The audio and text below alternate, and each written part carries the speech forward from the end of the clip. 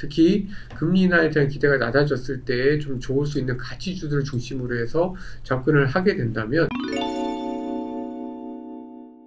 안녕하십니까. 글로벌 매크로팀 허주환입니다. 4월 글로벌 전략을 말씀드리겠습니다. 4월 글로벌 전략의 핵심은 미국의 금리 인하에 대한 기대감들이 약해짐에 따라서 전체적인 자산, 전체적인 주식시장의 흐름에서 균형을 좀 잘 잡아야 된다라는 내용들을 좀 말씀드리고자 합니다. 예를 들어서 1분기까지 다소 AI를 비롯한 성장주의 편입 비중이 높았다라고 하면은 성장주에 대한 비중을 조금 줄이고 가치주나 경기 민감주에 대한 비중을 늘릴 전략들을 좀 추천하고자 합니다. 그림을 보면서 추가적으로 좀 더 설명을 드리도록 하겠습니다.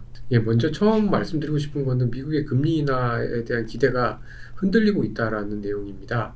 사실 3월 달에 FOMC 미국의 통화정책회의에서 파월 의장은 예상대로 움직이면은 특정 시점에 긴축 정책을 되돌리는 작업을 시작을 할 거다라고 얘기를 하면서 연내 금리 인하 가능성을 좀 시사를 했습니다. 그러나 그 이후에 발표된 미국의 고용지표라든지 미국의 물가지표가 생각보다 높게 나오면서 올해 들어 금리 인하에 대한 기대폭이 조금씩 축소가 되고 있는 상황입니다. 특히 이제 물가 부분에 있어서 굉장히 좀 불안한 모습들이 좀 나타나고 있는 상황인데요. 그러나 저희는 이러한 물가 불안이 치명적이지는 않을 거다라고 생각을 좀 하고 있습니다.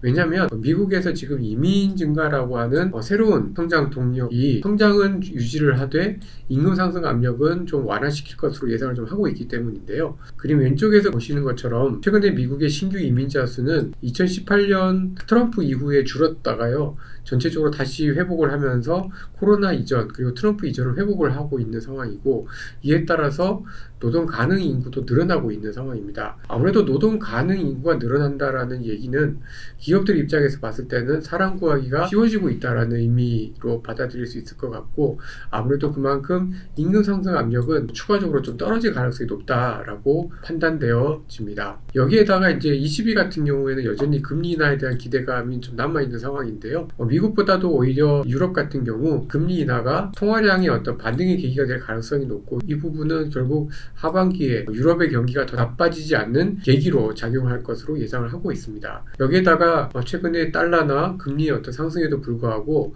원유 가격이나 구리 가격이 상대적으로 좀 견고하다는 점은 결국 원자재를 가장 많이 소비하는 중국 경기가 더 안 나빠지고 있다는 것을 의미를 하기 때문에, 전반적으로 금리 인하에 대한 기대가 흔들리고 있다고 하더라도 글로벌 주식시장 그리고 글로벌 경제가 심각하게 흔들릴 가능성은 그렇게 높진 않다라고 저희는 판단을 좀 하고 있습니다. 따라서 이러한 상황에서는 경기에 조금 더 예민한 섹터들이 상대적으로 좀 좋지 않을까라는 생각들인데요. 물론 미국 시장의 경우 그동안에 워낙 AI 테마를 중심으로 해서 낙관론이 굉장히 좀 컸기 때문에 2분기에 전반적으로 추가 상승의 여력은 다소 줄어들 가능성이 높다라고 판단을 좀 하고 있습니다. 그러나 최근 들어서 미국에서 큰 나름대로 소재주들, 그 다음에 은행주들의 주가가 좀 좋은 모습들을 보면은 전반적으로 미국 주식시장이나 미국 경기에 대한 낙관론이 크게 흔들리지는 않는 모습이다라고 좀 보여집니다. 따라서 전반적으로 봤을 때 약간 미국 시장이 쉬더라도 금리 인하 폭이 크지 않을 가능성에 대비를 하는 전략, 특히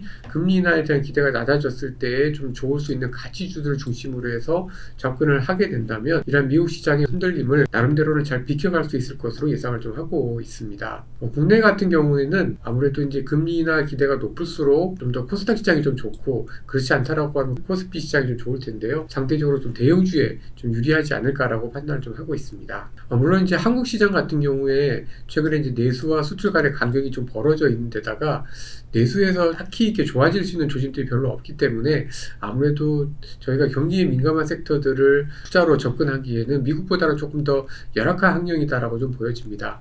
특히 미국의 어떤 일자리가 많이 늘어나는 거에 비교를 해보면 저희 한국은 이 노령층의 일자리가 굉장히 많이 집중되어 있고, 또 임금 수준이 낮은 공공행정이나 보건사회복지 일자리가 많이 늘어나다 보니까 전반적으로 일자리의 어떤 퀄리티, 질적인 측면은 상당히 좀 열악하다라고 좀 보여집니다. 그리고 거기에다가 이제 건설 시장도 역시 좀 부진하다 보니까 내수 시장에 대한 기대감을 높이기는 좀 어려운 상황인데요. 다행히 그래도 반도체를 중심으로 해서 이 IT 부분들이 수출을 좀 이끌고 있기 때문에 그나마 이 부분에서 국내 주식 시장에 대한 접근을 지속해야 되지 않을까라고 판단을 좀 하고 있습니다. 구체적인 투자 전략을 말씀드리기 전에 환율을 잠깐 또 좀 말씀드리도록 하겠습니다. 최근에 원달러 환율이 지난해 고점을 넘어서면서 1360원대에 지금 접근 중인 상황인데요. 여러 가지 좀 악재들이 많긴 합니다만, 그러나 저희는 1400원대를 웃돌 정도로 나쁜 상황은 아니다라고 보고 있습니다.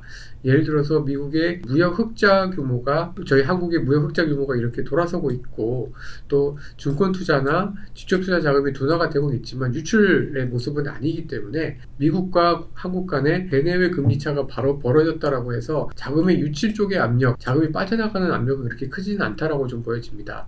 따라서 원달러 환율이 다소 높아질 수는 있습니다만은 2022년 10월에 1400대를 갔었을 때의 흐름하고는 다르다라고 보여져서 저희는 1300원대 후반대까지는 상승이 가능하지만 1400원을 상회할 가능성은 그렇게 높진 않다라고 전망을 하고 있습니다. 이게 주식시장 입장에서는 최근에 원화가 조금 약세를 보임에도 불구하고 2023년, 2024년에 걸쳐서 외국인 투자가들의 매수세가 계속 유입이 되고 있기 때문에 아무래도 이런 그 환율의 약세, 원화의 어떤 약세 국면에도 불구하고 외국인 투자가들의 어떤 한국 주식에 대한 매력도에 대한 평가가 예전하고는 좀 다소 달라졌지 않았나라고 판단을 좀 하고 있어서 국내 주식시장에 아주 치명적으로 이 영향을 주지는 않을 걸로 판단을 좀 하고 있습니다. 마지막으로 주식 전략에 대해서 조금 더 말씀드리고 마치도록 하겠습니다. 전반적으로 봤을 때 흐름은 성장주에서 약간 가치주 쪽으로, 그리고 시장의 흐름이 아주 일부 소수 성장주에서 다소 경기에 민감한 종목들로 확산되는 모습이다라고 좀 보여지고요.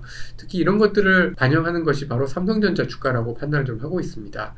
삼성전자 주가가 코스피 대비해서 상대적으로 강한 국면에서 미국의 제조업 경기도 좋았고 미국의 수요 지표들도 좋았다는 것을 알 수가 있는 상황이고요. 그리고 또 이렇게 삼성전자 주가가 강세를 보이는 국면에서 미국이나 한국의 기업 이익도 나쁘지 않았기 때문에 삼성전자의 강세는 나름대로 상징적인 주가 지수대가 튼튼히 버틸 수 있는 버틸목을 제공한다라는 의미가 있다라고 판단을 좀 하고 있습니다. 다만 이 삼성전자나 반도체가 너무 강하게 되면은 아무래도 이제 상승 종목의 어떤 범위가 그렇게 크게 넓어지지는 않을 것 같습니다. 왜냐하면 삼성전자가 너무 비중이 크기 때문에 삼성전자가 세면 다른 종목들을 팔아서 삼성전자를 사야 되는 테크니컬한 어떤 그런 약점들이 좀 있기 때문인데요. 따라서 저희는 이 반도체와 함께 그래도 이익이 늘어날 수 있는 일부 업종들, 주로 이제 유틸리티, 반도체, 필수 소비재, 운송과 같은 업종들, 그리고 환율과 관련해서 함께 갈 수 있는 환율 노출도가 있는 자동차, 기계, 이런 업종들을 중심으로 해서 접근할 것을 추천드리고자 합니다. 이것으로 4월 글로벌 전략 발표를 마치도록 하겠습니다. 네, 감사합니다.